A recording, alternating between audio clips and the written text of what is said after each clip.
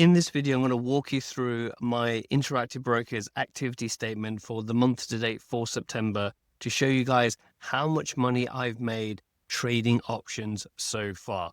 Now, full disclosure, when people talk about how much money they've made, they only talk about the net credit that they received when they open a trade. What I'm going to show you is not only the net credit I received as a total for the month of September, but how much of that I was actually able to keep, i.e. the realized gains that are now taxable. What you can see here is the trade section at the top, and it goes into three sections. It goes into stocks, which you can see there, Mesa, which I'll talk through, equity and index options, which is the options trades, and you can see there's a few of them. And then the last one is any currency transfers and things like that, which I'm not going to go into. Very quickly, just looking at the stock Mesa. Mesa, I bought 3.2 shares costing about $2,500, as you can see there. Meta is just something I'm actively buying behind the scenes of, I think it's an undervalued stock at the moment, and it's trading at $700. So I don't own 100 shares. That will be around 70 grand, which for my portfolio size, I can hold on margin, but it's not something I want to do. So I just buy it when I've got money that I've realized gains from options trading. The next piece, which is the big one, is the equity and index options. And you can see that there are quite a few of them. But let me just walk you through what they are.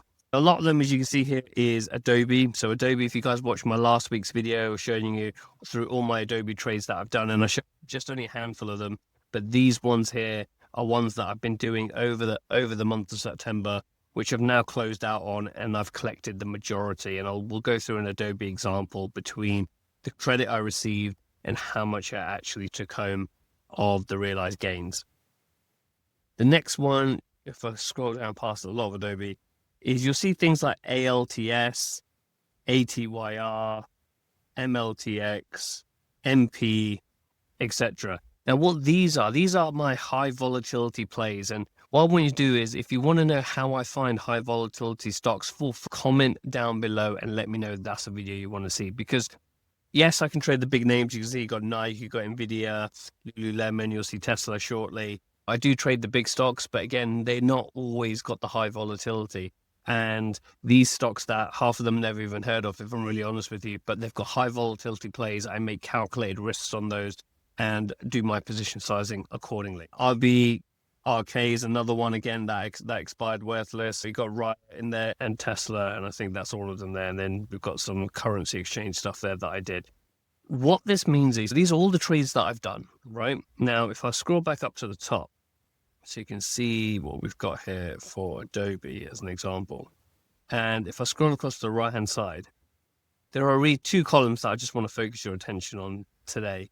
These are the proceeds column and the realized P&L column. The proceeds column is the amount of credit or debit that was taken as part of a trade.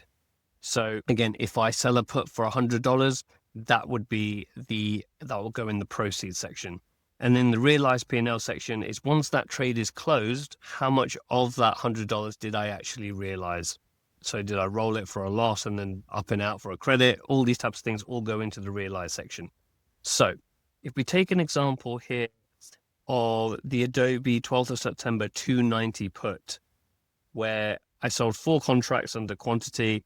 If I scroll across to proceeds, I made $392 of cash coming into my account. Right? Now, I then scroll across to the realized P&L section.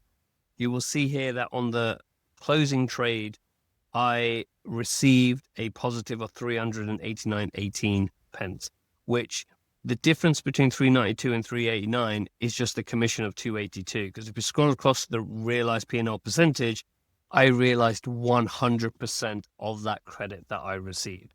And that's basically how this is all calculated out. Again, I'm not going to go into all of them, but what I want to do is go through my total proceeds and my total realized gain. So if I go to proceeds, and it may surprise you actually when I scroll down to this number, it's over here. So it's minus 9,837. Now you might be thinking, hold on a second, why am I showing a minus? And that is because in September, I bought a Adobe Leap. So if I scroll up on this one here, you'll see it's like there it is there, 12,049.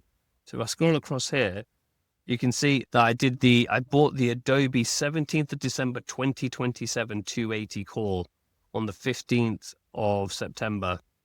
And you can see here that it cost me the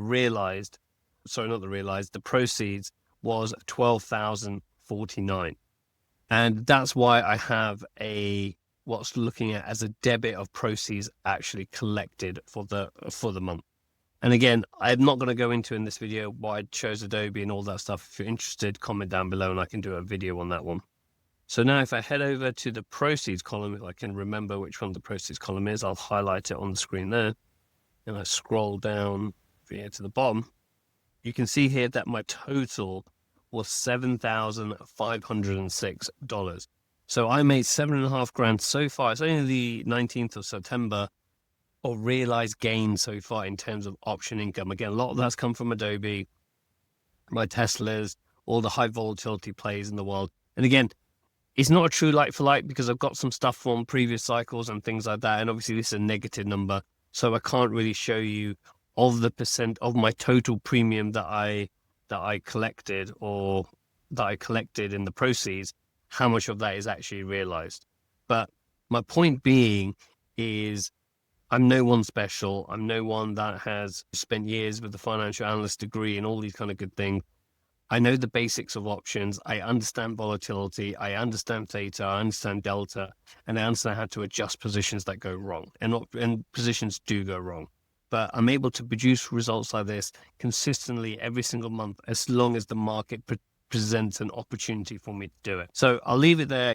If you guys want to work with me, get results like what I'm showing you today, even if it's $500 extra realized income per month. Again, let's work together. Take your free coaching call down below, and I shall see you guys in the next video.